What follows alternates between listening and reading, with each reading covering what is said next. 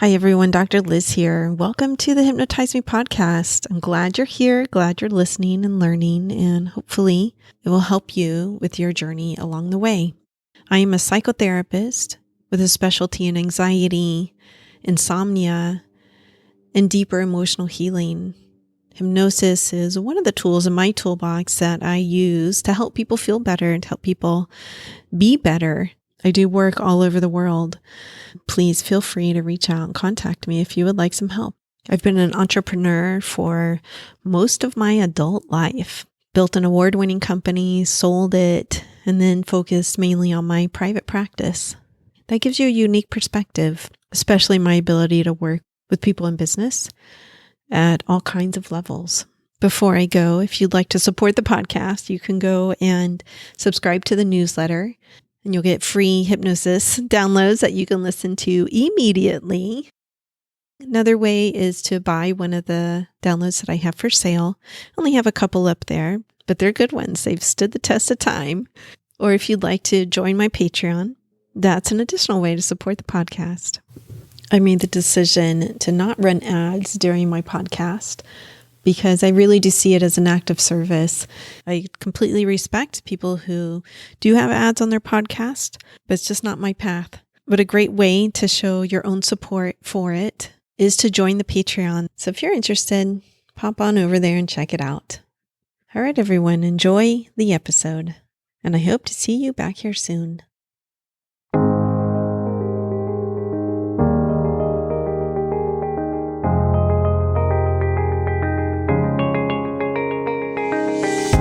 Hey everyone, Dr. Liz here. I don't know if you can hear the rain in the background, but it sounds really nice and soothing. It is the start of the rainy season here in South Florida. I'm recording this in late April, and usually the summer rains don't start actually until May, June. But we're right there. Okay, so I guess it is right on time. In my mind, somehow it feels a little early, but no, I guess it's right on time. During the summer, it's almost like clockwork that the rain will start right around 2:00 and do an hour or two and then stop. And when your kids are in elementary school, it's right when elementary school lets out, okay, the public elementary schools. And so there's always this question of whether you're going to have to wait because they won't release them if there's lightning in the area. And there's often lightning with our rain.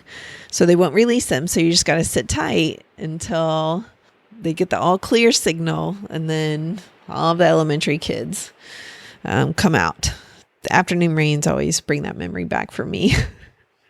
This episode is in response to a question/comment made during the podcast survey that I ran in 2024. So there's an area where people can ask for particular topics for me to cover or just write a comment. I always love that section because I get the sweetest comments. And I love those. It encourages me. It helps me keep going with the podcast and educating people and giving stuff that will help them, like free hypnosis episodes. And it also helps me see what do people want to hear about? Sleep, and more sleep. Okay. So this one is about how to fall back asleep. This is a common struggle for people. How do I fall back asleep if I'm awake in the middle of the night? Sometimes it's not the middle of the night. Sometimes it's someone falls asleep. They get the hypnagogic jerk, which is when your body is actually trying to fall asleep and it jerks. It can be your whole body. It can be part of your body. Occasionally that'll wake someone up completely. Me too. Sometimes it wakes me up completely and I'm like, oh man, all right, time to read a little bit more. Sometimes it doesn't wake me up completely. I'm like, oh good, there's my body doing its job. So hang tight. I'll fall back asleep after this. But often this question comes from someone who's waking up after several hours of sleep. And so they feel like they're awake in the middle of the night for a period of time. Now, my training as a sleep specialist comes from two areas. One, hypnosis. I'm certified in hypnosis for insomnia. And 2, CBT-i, cognitive behavioral therapy for insomnia. I'm certified for that as well. And most sleep specialists, we do so much research in between all of that. We belong to like sleep specialist groups where we ask questions and learn that way. Most people in this area of specialty have a fascination with sleep, is what I would say. And that's definitely true for me. It goes way back. I even did my honors thesis in undergrad about anxiety and nightmares. It's basically a sleep question. So let's talk about what's normal in terms of waking up during the night before we talk about some of the solutions. What they think is about 3 to 4 times per night that people will perceive a wake up, that they've woken up, meaning they move into a light stage of sleep. They have this sense of like, oh, I've sort of woken up, and they fall right back to sleep within 10 minutes or so. So when I'm having people track their sleep, when I'm working with them professionally, I say, don't put in the wake up column less than 10 minutes because that's normal. If you're awake for more than 10 minutes in the middle of the night, then that's not so normal. I want to know about that one. That's going to give me some data about what's going on with you. Now, occasionally people will be up for, 15, 20 minutes and fall right back asleep. That's true for me. Very occasionally I think, oh, I'm a little awake. I pop open my Kindle, I read a little bit, and boom, I'm right back to sleep within like 15 minutes versus 10 minutes. When the sleep statisticians, let's say, are saying less than 10 minutes, that's typically you get up, use the bathroom, you go back to bed, you go pretty much right back to sleep. So you have some awareness of being awake for a couple of minutes or so, up to about 10 minutes, but you're falling back asleep. It may not feel like you're going into a deep sleep, but you have this sense of like, no, I'm falling back asleep. I'm sort of floaty, awake-ish, asleep-ish. Okay. That's sleeping. If you're in that sort of like hazy state, we actually consider that sleep. Is it deep sleep? No. Is it the kind of sleep where you have no awareness of what's going on? No. Is it light sleep? Yes, it's considered light sleep. You're getting light sleep in that state. And that's a different state than like, oh, I'm wide awake here. Maybe some planning or some anxious thoughts are coming up. You're ruminating about something, obsessing about something in the middle of the night. You're like, oh my God, I'm awake. That's awake. And most people know the difference there. But sometimes what you'll get is someone who's a poor sleeper, quote unquote, or an insomniac. And they'll say, I was awake the whole night. And it's like, well, let's talk about this. Were you sort of sleepy sometimes? Like you drifted off and then you came back to, because that's considered sleeping. It's considered light sleep. And almost always they say yes. Very occasionally I'll have someone that says, no, I was really awake the whole night. It's like, okay, no problem. That's why you're here. We're trying to help you with that. So we are cycling through 90 to 120 minute cycles throughout our sleep. We're doing that about 5 times a night, cycling through that 90 to 120 minute sleep. Now, obviously, if your normal is on the shorter side, you're going to have less of those. If it's on the longer side, you may have a few more of those, but that's typical. So that means about every 90 to 120 minutes, we're going up the curve into a little bit of a light sleep. Maybe we roll over, we adjust the covers, we monitor sounds in the environment, and then we go back down into a deeper stage of sleep gradually. The rolling over is good for you. Like this is a problem when people actually lose function in the lower body or the upper body. It's like they have to have someone that rolls them over at night so that they don't get bed sores. So remember that when you're shifting around sometimes and rolling over in your sleep and you're sort of in light sleep and you're like, oh man, I should roll over. And sometimes it feels like this huge effort in the middle of the night. And I remind myself, oh, that's good. My low back went out yesterday. And so I was like frozen in the middle of the night. My low back has not gone out in like years. It's often related to like money stuff, psychologically, emotionally, they say. So I'm like, oh my God, what's going on? I've got to get a hold of my budget. Like, I need to do that today. Like, let's fix this. Maybe it's because I was practicing my putting this week more than typical for golf, anticipating that I'm going to go out with my husband and ride along. And I just putt when I golf. Okay, I gave up on being a like full course golfer. Okay. I actually read like the Little Red Book written by somebody famous. The golfers out there will know what I'm talking about, who said your short game is really important. Well, that's putting and pitching. But anyway, I was anticipating going out with him, which I haven't been in a couple of months or so. And I was like, oh, I better practice my putting because it makes a difference. I have a little cup that I can practice at home with.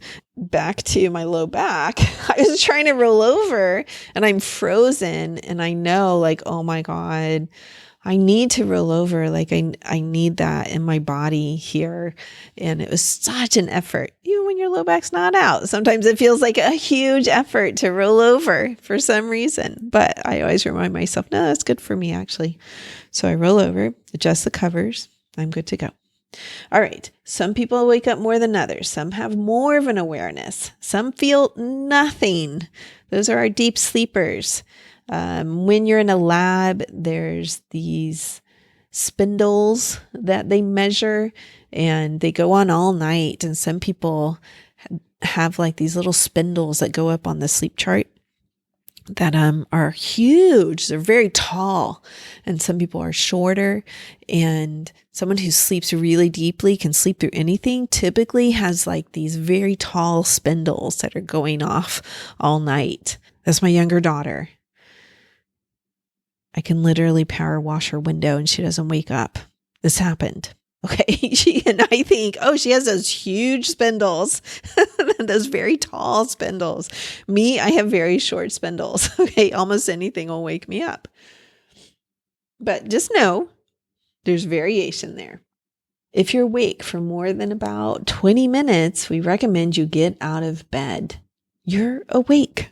You can move to a chair or a comfy chaise or something like that in your bedroom, if your bedroom has the room for that. I don't assume all bedrooms do. I know this is listened to around the world, this podcast, where living situations vary quite a bit. If you have a living area that you can move to, then we recommend you do that. If you have another bedroom, we recommend you do that, although that's less ideal than a living room or even a chair in your primary bedroom, because we don't want you associating wakefulness with your bed. We don't want you lying awake, staring at the ceiling, thinking about stuff, having those thoughts about like, oh my God, I'm awake and I have to work tomorrow. We don't want you doing that. We do want you enjoying the time that you're awake. That's the whole goal. Not trying to get back to sleep. It's let me enjoy this time that I'm awake. So when someone's asking me, how do I get back to sleep? I often say it will happen naturally. If you're awake and truly awake, you're going to go through about a 90 to 120 minutes awake now, even in the middle of the night. And then you're going to naturally fall back asleep. You'll get sleepy. At that point, you can go back to bed. If you're having those sleepiness signs where you're nodding off or you're closing your eyes or you're watching a show and you have no idea what happened the last 5 minutes, or you're reading a book and you can't track, like you close the book or you turn off the Kindle or you turn off your phone.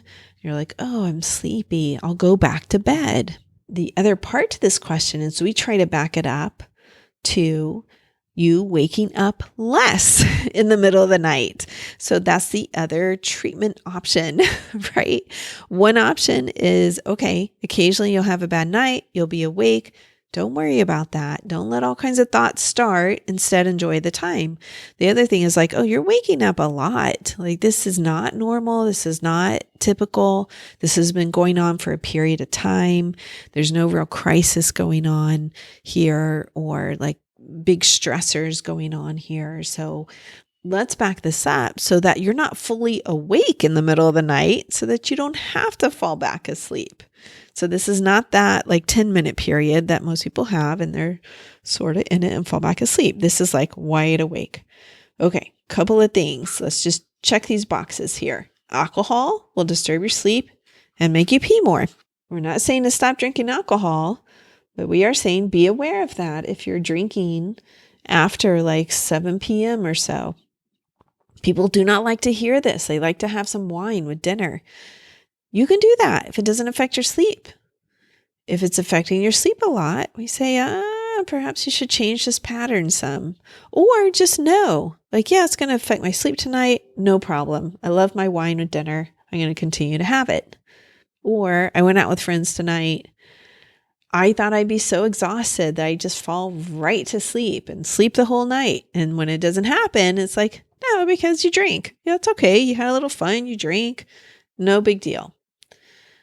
High blood pressure drugs, like drugs used to bring down high blood pressure, will sometimes affect sleep. Actually, a lot of drugs will. So I recommend Googling up your drugs to see if some of them cause some insomnia. If so, you can choose to talk to your doctor about another option, or you can just be like, well, I think this drug is worth it. I'm going to have some insomnia. So I'm going to figure out what to do in the middle of the night to enjoy myself. Okay. Really. Some antibiotics will cause this. This is really interesting. I didn't know this until nurse practitioners showed up in my practice and informed me like, oh, it's the antibiotic. And I was like, what? Very, very interesting. So some antibiotics can cause some insomnia. Now, if you're waking up a lot and having a lot of daytime sleepiness, we begin to look at sleep apnea, which is that like awful sound that people make when they're not getting enough oxygen. When they're sleeping, they're like, if you've heard a partner do it, that's what it sounds like. It's pretty bad. All right. But basically your body's going to wake you up some to get more air into it. Okay. Sometimes gasping for air or choking, or you're waking up coughing. You've got to consider sleep apnea, at which point most people will go to their primary doctor and say, hey, can I be tested for this? And if I do have it, then you've got to wear the mask. You got to wear some oxygen. They're actually not the big masks anymore. Very small, most of them, but you've got to fix that so it doesn't happen. Sometimes you can wear a mouthpiece that you can order off Amazon, or you can get a custom one made that helps with that. Helps with snoring as well. You can try that if you don't want to do the mask. See if that helps. It could be asthma, which gets worse at night, or allergies if it's seasonal. So if there's a lot of pollen in the air, you have seasonal allergies, sometimes that'll cause some gasping for air at night or some insomnia, some wake ups more than typical. So those are our check boxes that we look at. Like, is any of this going on? Because that's going to inform whether CBT or hypnosis is going to help you. I actually have a hypnosis file that I bought for allergies, which really helps me. So I was like, oh, if it's related to allergies, we're not doing hypnosis for insomnia. We're doing hypnosis for allergies to decrease that histamine reaction and then produce better sleep. Sometimes someone's trying to sleep too much, meaning they're trying to go to bed too early. They're feeling tired. So they're like, oh, I'll get a little extra in. And that's leading to very light, fragmented sleep, meaning you wake up a lot. You're waking up more than 3 or 4 times per night, or you're having long periods of wakefulness at night. When that's happening, then we're looking at the data, the tracking that you've done, and the sleep specialist is going to look at that and say, okay, let's pick up a wake up time here. Let's pick a bedtime here. Let's see if we can stick to that. And typically they're going to try to compress the sleep some, meaning they're going to put you on a schedule for a little bit where you feel like you're getting less sleep, like you have to keep yourself up a little bit before you go to bed, even if you're tired, so that you can get better quality sleep in the middle of the night so that you're not waking up. When I'm working with someone, you can see this on their chart. Like, you can just see it decrease week by week. It's really fun to see when that happens. Now you're doing that sleep compression temporarily. You're not doing that forever. Okay, you're going to open it up. You're going to open it back up again gradually when your sleep is better. But also there's certain circumstances where you're not going to do a huge sleep compression. And that's when someone is bipolar or they have a lot of anxiety going on, sometimes some medical conditions where you're not going to do that. You're not going to have someone do 6 hours of sleep when typically they need 7 or 7.5 or 8. No, not appropriate. You're going to work on different strategies. But one thing we do recommend is that you don't try to go to bed earlier. So the thought process here is, oh, I was awake last night from like 1 to 2:30, let's say. It's an hour and a half. So tonight, I'm going to try to make up that hour and a half. So I'm going to go to bed an hour and a half early. No, wrong thing to do. Okay. Do not try to go to bed early. In fact, sometimes when I have a poor night of sleep, then I actually try to go to bed a little bit later than my normal time. Okay. I actually do try to wake myself up some, do some things that aren't going to wake me way up, but are certainly going to bypass that like super sleepy period where you're like nodding off and doing all that stuff. Like, nope, I'm going to do a 5-minute core workout, which you can find on YouTube. Get your blood moving some squats. I'm going to do some art. Perhaps I do a little bit of work, like meaning my podcast or something like that. I do something to wake me up a little bit to make it a little bit past my regular bedtime. The other mistake people make is that they try to sleep in. So I'm going to make this up on the weekend and I'm going to sleep in like a good solid 2 to 3 hours. That's a big mistake. Wake up at your regular time and try to keep that time very regular. Wake up at your regular time and try to keep that time regular. Weekend, weekday, same time. You're going to do this for a couple of weeks. It's not long. 1 to 2 weeks until you feel like you're back on track. Your sleep is better. You're getting better quality of sleep. You're waking up more rested. I mean, you can go a little bit earlier, but I would not try to go like hours earlier to bed. You're just going to wake up more. And then you're going to be like, oh man, this problem, right? Like I'm waking up so much in the middle of the night. What's going on? Okay. So instead of thinking about making it up, think about regular sleep times and wake up times. So treat yourself almost like a baby. Well, babies aren't really great sleepers. Mine weren't, at least, let's say a small child. Okay. Like treat yourself like a small child where it's like, oh, it's time for bed now, and they have a good bedtime routine. They're taking a bath or a shower or some kind of cleanup, brushing their teeth, reading a story. And most parents try to keep that pretty regular for them. So think about it as creating structure for yourself like you would a small child. That's essentially what we're doing in cbt-i. Okay? With hypnosis, we are giving suggestions to create deeper, more continuous sleep. And there's research to back that up, that hypnosis is effective for that. So the goal is better sleep, basically, more continuous sleep cycles, less wake ups. But in my practice, I'm trained in both. So I'm combining that with some cbt-i, meaning let's look at the data here too. Most hypnosis for insomnia specialists are not looking at data. They're not having people track their sleep and then adjusting that type of thing.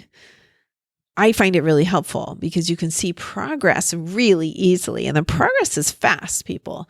Like I have said on other episodes, it is like 3 to 6 sessions, sometimes a little bit more, sometimes less. Like 2 sessions is about the minimum that I do.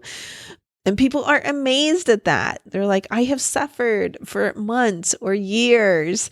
And it's like, yeah, you didn't need to. You can improve this in 2 to 3 weeks. So that's always fun from my end. But I want to give you an idea of how they complement each other, how hypnosis and the cbt-i complement each other. I'm doing a lot of education in those first 2 sessions. about how to improve sleep, like more than what we're doing here. But those are my top tips about how to fall back asleep. All right, everyone. I hope you have a wonderful night of sleep tonight and that you wake up feeling rested and ready for your day ahead and happy to be alive. I will talk to you soon. Peace.